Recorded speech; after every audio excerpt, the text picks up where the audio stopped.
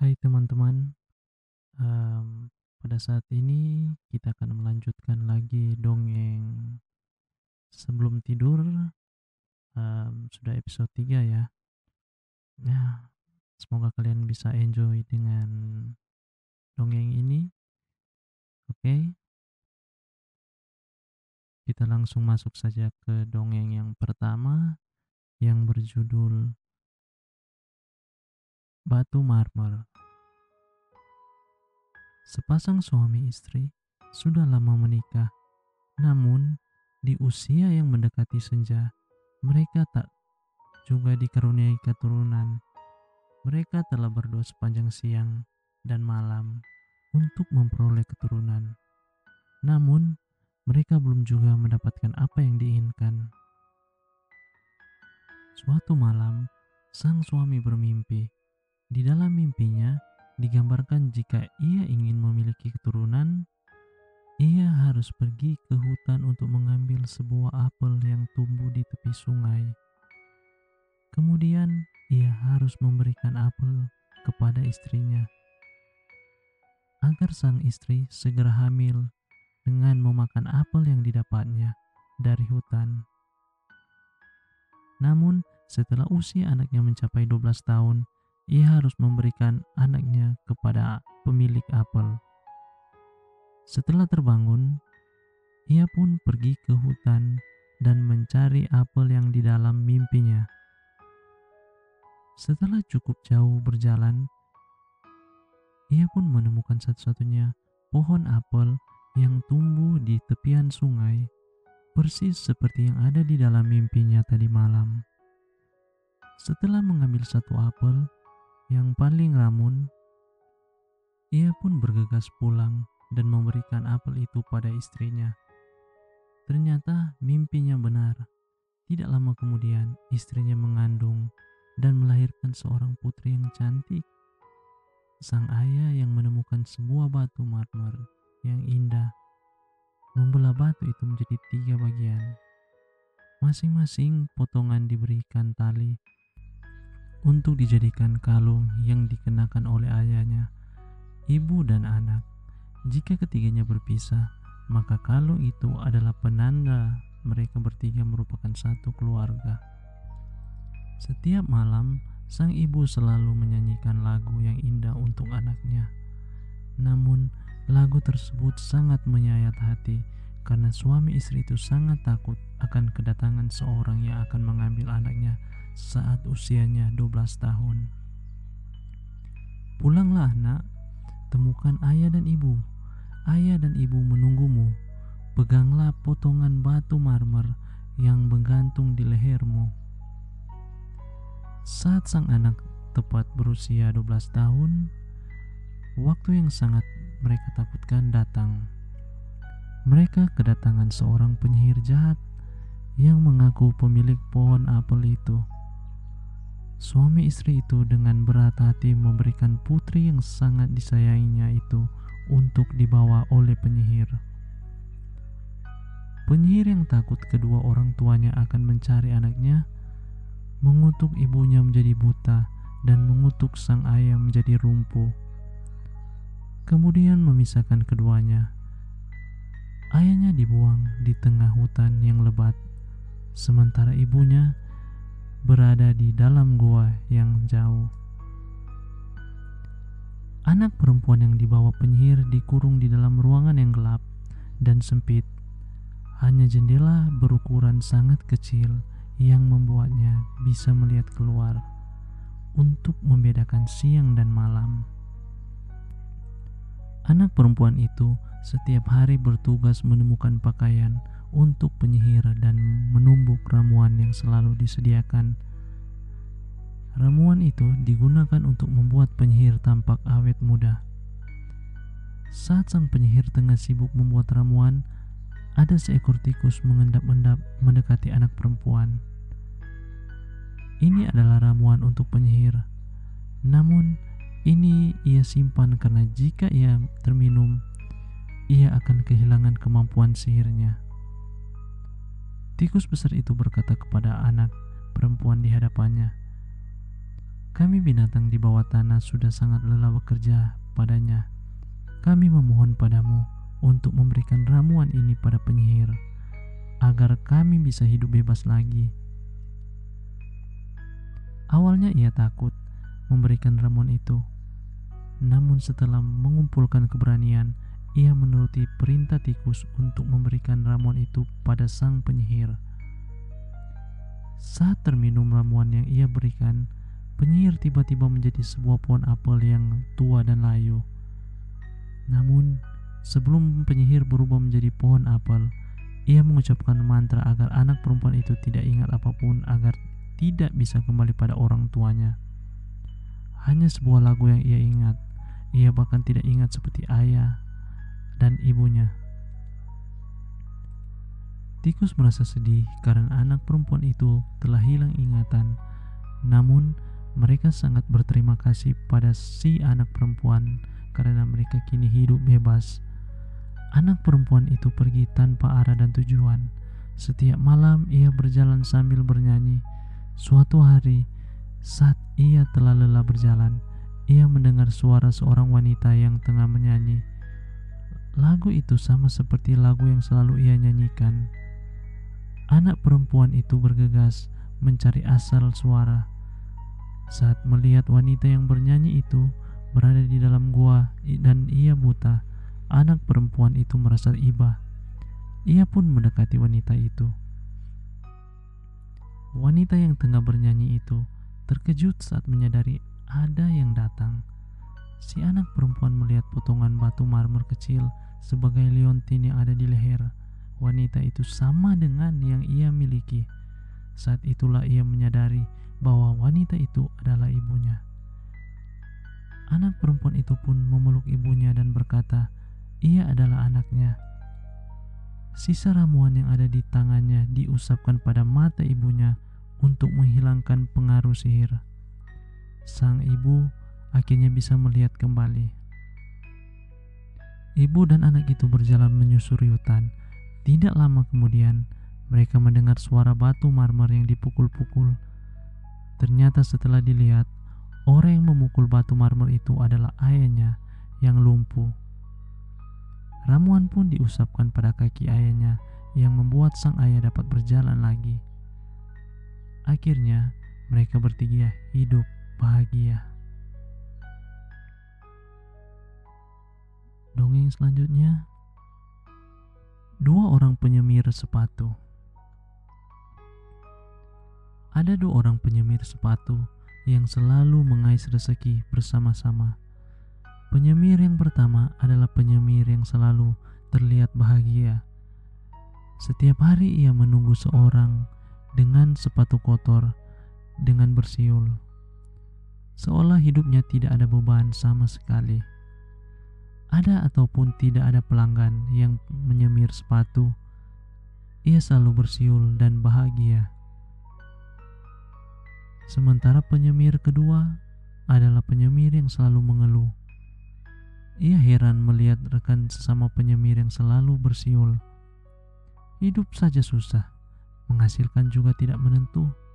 Terkadang bisa makan, terkadang harus menahan lapar, pikirnya. Sehingga ia menghabiskan waktu untuk menunggu pelanggan dengan selalu mengerutu. Suatu ketika, ada seorang pria yang sangat kaya hendak mendermakan sebagian kecil uangnya. Saat itu, pria kaya melihat dua orang penyemir sepatu yang sepi pelanggan. Ia pun membagi dua orang yang akan ia sedekahkan kepada penyemir bahagia dan penyemir penggerutu. Penyemir bahagia tampak senang menerima uang pemberian pria kaya. Ia belum pernah memegang uang sebanyak itu. Ia pun sangat berterima kasih pada pria kaya. Berkali-kali ia mendoakan pria kaya agar kebaikannya segera terbalas. Namun, hal berbeda dilakukan penyemir penggerutu. Ia menyesalkan mengapa rekan penyemirnya berada di dekatnya. Jika tidak, tentu uang yang akan diberikan pria kaya tidak perlu dibagi dua. Ia merasa uang itu seharusnya untuk dirinya semua. Saat sore, keduanya bersiap pulang ke rumah masing-masing. Di tengah jalan, keduanya bertemu dengan seorang peminta-minta. Saat peminta-minta mendekati penyemir penggerutu langsung mengusirnya, mengatakan bahwa ia tidak punya uang sama sekali. Kemudian peminta-minta mendekati penyemir bahagia. Ia sangat iba melihat peminta-minta, namun ia juga sangat membutuhkan uang itu. Setelah berpikir cukup lama, penyemir bahagia akhirnya membagi uang miliknya dengan meminta-minta. Peminta-minta itu senang bukan kepalang mendatangkan uang yang banyak. Penyemir penggerutu heran dengan sikap penyemir bahagia yang memberikan uang yang baru didapat pada orang lain. Tidak jauh berjalan, penyemir bahagia bertemu dengan penjual makanan. Ia membeli makanan untuk ia makan.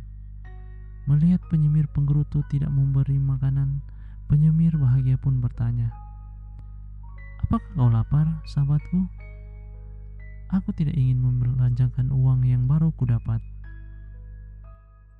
Penyemir bahagia yang melihat temannya menelan ludah memutuskan membeli makanan untuknya, dan penyemir penggerutu pun senang. Saat tiba di rumah, penggerutu menyimpan uangnya baik-baik. Ia bahkan tidak bisa tidur karena takut ada seorang yang berniat mencuri. Sementara penyemir bahagia terdengar bernyanyi dan bersiul.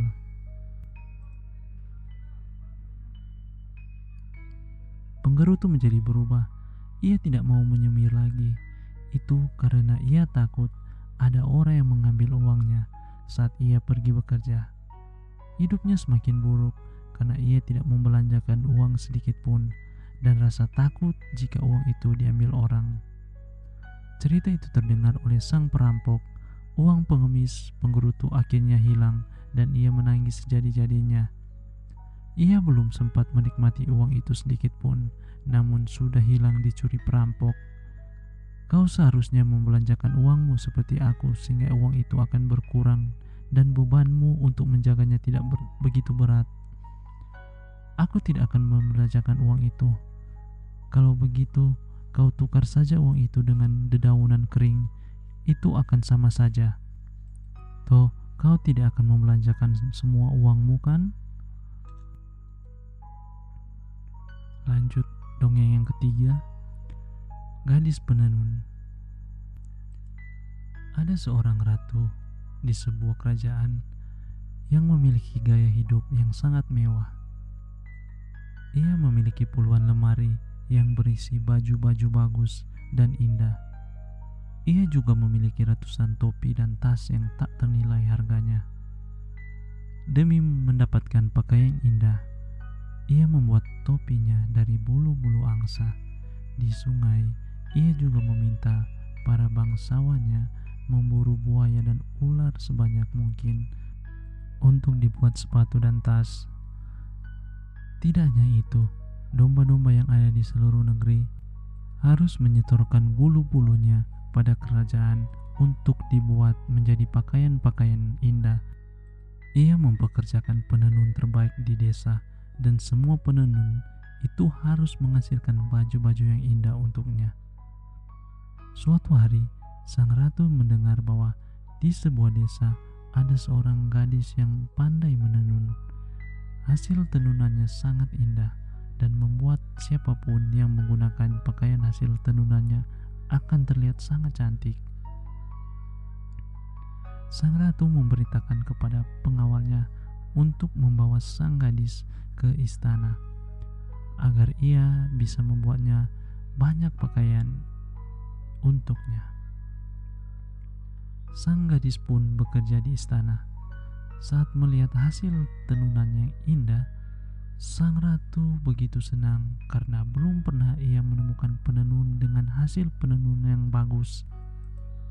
Hasil tenunannya adalah yang paling indah di kerajaan. Selain itu, gadis penenun juga memiliki paras yang sangat cantik, sehingga membuat pria yang melihatnya menjadi terpesona dengan kecantikannya. Ratu pun memiliki ide untuk menikahkan gadis penenun dengan putranya satu-satunya, pangeran di negeri itu. Pangeran sangat setuju karena ia pun menyukai gadis penenun yang selain cantik juga pandai menenun. Tenunlah pakaian paling indah yang pernah kau buat. Kau sebut saja berapa ratus bulu domba yang kau butuhkan, berapa ratus bulu angsa yang kau perlukan, juga kulit ular dan buaya. Pengawal akan memberikan itu semua untukmu.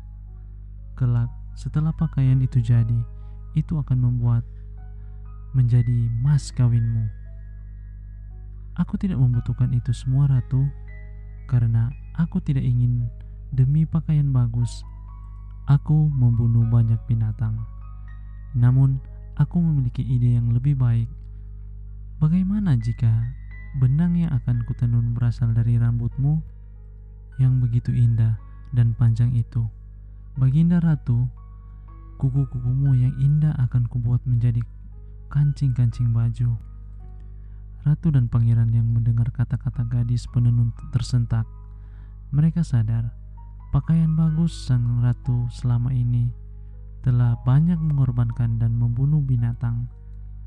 Ratu pun menghentikan kebiasaannya mengoleksi pakaian mewah. Lagi pula ia sudah memiliki pakaian yang sangat indah dan banyak. Ia juga sudah berubah menjadi tua. Sudah saatnya pensiun. Gadis penenun pun menikah dengan pangeran. Ia menggantikan sang ratu. Semua binatang di kerajaan itu dikembalikannya ke habitatnya. Mereka hidup bahagia selamanya. Kita lanjut pada dongeng yang keempat, Harimau dan Anak Rusa. Harimau adalah binatang yang sangat ditakuti oleh penduduk hutan yang lain. Jika ia telah menunjukkan taringnya, tidak satupun hewan hutan pun yang tidak bergidik ketakutan. Ia bahkan bisa lebih kuat dibandingkan hewan lain yang memiliki tubuh lebih besar. Suatu hari, harimau sedang berjalan-jalan di hutan untuk mencari mangsa. Tiba-tiba ia menemukan seekor anak rusa yang baru lahir dan ditinggal ibunya. Anak rusa itu tampak kebingungan. Ia memanggil ibunya dengan suaranya yang kecil dan nyaris tidak terdengar. Harimau mendekati anak rusa dengan perutnya yang keroncongan. Mungkin anak rusa ini bisa mengenyangkan perutku untuk hari ini, gumamnya dalam hati. Wahai anak rusa, sedang apakah kau di sini? Tanya harimau dengan suara lembut agar anak rusa tidak lari ketakutan. Aku sedang mencari ibuku. Apakah engkau ibuku? Tanya anak rusa. Harimau kebingungan karena ia tidak menyangka bahwa anak rusa itu akan mengira ia adalah ibunya. Saat ia sedang kebingungan menjawab pertanyaan, anak rusa itu mendekat dan memeluk harimau. Ibu, aku mencarimu sejak tadi. Wajah anak rusa tampak gembira. Harimau pun mengurungkan ianya untuk memangsa anak rusa. Ia lalu berpikir, jika anak rusa yang kurus ini diberi makan yang banyak, beberapa hari kemudian ia akan menjadi rusa gemuk dan rasanya pasti sangat lezat. Harimau membawa anak rusa ke sarangnya. Saat malam hari, harimau tak dapat tidur karena kulitnya yang gatal. Ia berkutu. Anak rusa yang mendengar keluh kesah harimau segera membantu membuang kutu-kutu yang menempel di kulit harimau. Setelah semua kutu hilang, harimau dapat tidur nyenyak. Esok harinya, harimau pulang dengan wajah penuh kesakitan. Ternyata ia telah menginjak sebuah duri yang tajam dan membuat kakinya berlumuran darah. Melihat harimau kesakitan, anak rusa segera bertindak. Dicabutnya duri yang melekat di kaki harimau. Awalnya harimau menjerit, namun setelah duri terlepas, ia pun merasa tenang. Harimau berterima kasih pada anak rusa. Hingga tak terasa, anak rusa telah berubah menjadi seekor rusa jantan yang sedikit gemuk. Tubuhnya sehat dan ia sangat lincah. Harimau teringat akan keinginannya untuk memakan anak rusa itu jika sudah besar dan dagingnya banyak. Saat melihat rusa berlarian, ia pun membayangkan betapa empuk dan lezatnya daging rusa muda yang kenyal itu. Harimau meneteskan air liurnya. Namun saat ia membayangkan kebaikan rusa yang telah bersama beberapa waktu terakhir ini, hati kecil harimau terasa tidak tega. Ia pun memutuskan untuk menunggu malam. Saat rusa sudah tertidur, ia akan menyantap rusa itu diam-diam, sehingga rusa akan menyangka hewan lain yang telah membunuhnya. Malam pun tiba, rusa tertidur, dan harimau mengendap-endap. Perutnya yang lapar membuat ingin segera melahap semua bagian tubuh rusa tanpa ada sedikit pun yang tersisa. Namun, saat harimau melihat rusa yang tengah terlahap, ia pun merasa iba dan tidak tega jika harus memakan rusa yang ada di hadapannya. Tiba-tiba harimau hanya terdiam dan memandangi rusa yang tengah terlelap itu. "Ibu, aku sangat menyayangimu." Tiba-tiba rusa mengigau dalam tidurnya. Harimau merasa sedih. Rusa yang mengira ia adalah ibunya sangatlah menyayangi dirinya. Harimau pun berlalu meninggalkan rusa itu sendirian. Harimau terus melangkah tanpa menoleh ke belakang. Yang ia pikirkan adalah pergi sejauh mungkin meninggalkan rusa itu agar ia tidak memakannya. Harimau berharap suatu saat nanti rusa dapat bertemu dengan ibu yang sebenarnya. Kita lanjut dongeng berikutnya yang berjudul Harimau Ompong. Di hutan yang luas, ada seekor harimau yang sangat besar menjadi raja hutan. Semua binatang di hutan sangat hormat padanya karena takut pada taringnya yang tajam dan sewaktu-waktu dapat menerkam mereka. Harimau itu dikawal oleh beberapa hewan buas. Ia dikawal oleh 2 ekor serigala dan seekor beruang. Saat mereka melintas, tidak ada binatang hutan yang berani menampakkan diri. Semuanya bersembunyi. Saat itu, seekor yang menjadi pengawal harimau melihat ada mangsa yang dapat menjadi santapan mereka. Serigala pun segera melumpuhkan mangsanya. Melihat itu, harimau buru-buru mendekati mangsa dan melahap semua makanan tanpa menyisakan sedikit pun untuk teman-temannya. "Aku berjanji setelah ini akan aku carikan kalian daging yang lezat dan empuk. Yang ini untukku dulu." Harimau mengunyah semua daging dan tulang mangsanya, sementara semuanya hanya melihat. Setelah merasa kenyang, harimau merasa ngantuk. Janjinya pada teman-temannya untuk mencarikan makanan bagi mereka tidak ditepati. Ia justru tertidur pulas karena kekenyangan. Setelah terbangun, harimau merasa lapar lagi. Ia kembali mencari mangsa bersama para pengawalnya. Tak lama kemudian, mangsa pun didapat. Namun dengan cepat harimau kembali menghabiskan semua daging dan tulang tanpa menyisakan untuk teman-temannya. Ia membiarkan teman-temannya hanya melihat ia makan dengan lahap. Suatu hari mereka bertemu dengan seorang pemburu. Pemburu itu membawa sebilah kapak yang sangat besar. Melihat kedatangan pemburu, harimau merasa terusik. Ia pun ingin mengusir pemburu itu agar tidak berada di wilayah itu lagi. "Serigala, aku perintahkan kau untuk mengusir pemburu itu dari sini." "Bagaimana aku bisa mengusirnya, harimau? Aku sudah tidak memiliki tenaga karena sudah berhari-hari tidak makan." "Beruang, usir pemburu itu," ujar harimau yang mulai marah. "Sama halnya dengan serigala, aku pun tidak punya kekuatan untuk menakut-nakuti pemburu itu. Aku lapar dan tidak bertenaga." "Ah, payah kalian semua."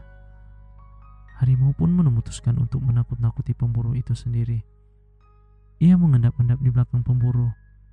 Hanya dengan sekali auman saja, harimau yakin pemburu itu pasti akan lari kocar-kacir dan tidak pernah kembali lagi. Tanpa menunggu waktu yang lama, Harimau pun mengaum dengan sangat keras. Siapapun yang mendengar auman itu pasti akan sangat ketakutan, termasuk pemburu yang tepat berada di depan harimau. Namun hal yang tidak diduga oleh harimau, ternyata pemburu itu tidak sendirian. Ada pemburu lain yang tiba-tiba mendekat. Ia membawa sebilah kapak dan dengan cepat memburu. Pemburu itu mengayunkan punggung kapaknya tepat di depan mulut harimau. Seketika itu juga, semua gigi harimau terlepas. Taring yang sangat ia andalkan dan menjadi senjata pamungkasnya bergeletak di tanah. Beruang dan serigala melihat kejadian itu langsung tertawa terbahak-bahak. Harimau yang semula ditakuti kini sudah berubah menjadi ompong dan tidak akan menjadi raja hutan lagi. Setelah tertawa, serigala dan beruang meninggalkan harimau. Begitu saja, mereka kini lebih memilih mencari makanan sendiri dan penduduk hutan dapat hidup lebih tenang tanpa harus takut dengan ancaman harimau, karena gigi harimau tidak akan tumbuh lagi. Ya, oke, sampai sini dulu di dongeng kali ini. Nanti kita lanjut lagi di dongeng berikutnya di episode 4. Dadah.